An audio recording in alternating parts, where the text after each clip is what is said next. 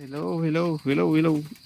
Isang maulan na araw, no? Bagong umaga, bagong pag-asa. Okay. Nandito tayo ngayon sa sa customer natin. Okay, ito yung kanyang e-bike. Okay.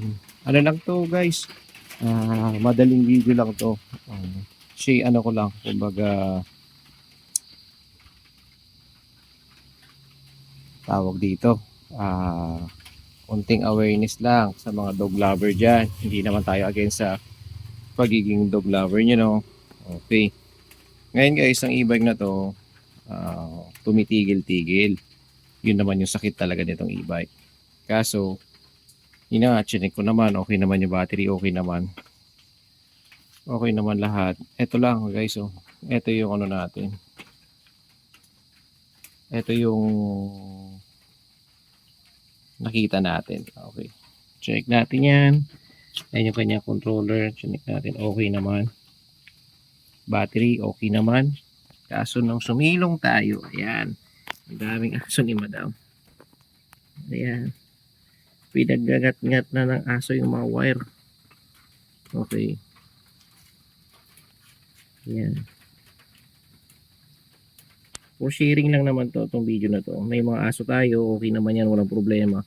Pero, tignan-tignan nyo rin, no? Ayan. Tsura ng mga ginangat-ngat ng aso. Ayan. Kasi dyan, pwede mag-upisa ang sira ng e-bike. Maingat ka nga, pero yung mga aso mo naman, ayan, gustong gusto nilang kinakagat. Magsushort talaga yan hanggang sa may mga masira na. Okay, re-rewirings natin yan. Uulitin natin ang wirings nya. Ayan, kaya pala uminto-minto, mabuti hindi nagdikit-dikit at umusok, no? Okay. O, yun lang ang gagawin natin dito guys, i-rewirings lang natin. Hindi ko na siguro ipapakita. Basta ang main purpose is yung sa ilalim kinakagat ng aso, kaya nagkaganon yung e-bike, tumitirik. Okay, nagdidikit-dikit yung mga wirings niya. Yun lang naman guys, just for sharing lang naman para sa mga dog lover natin dyan. Check nyo lang din kahit na pasilip-silip lang minsan sa e-bike nyo. Okay, kasi gustong gusto talaga yan ng aso, tapos gusto rin nila upuan yan, kinakalmot-kalmot yung upuan, diba? Ganun lang guys. Okay, ayan na. Okay.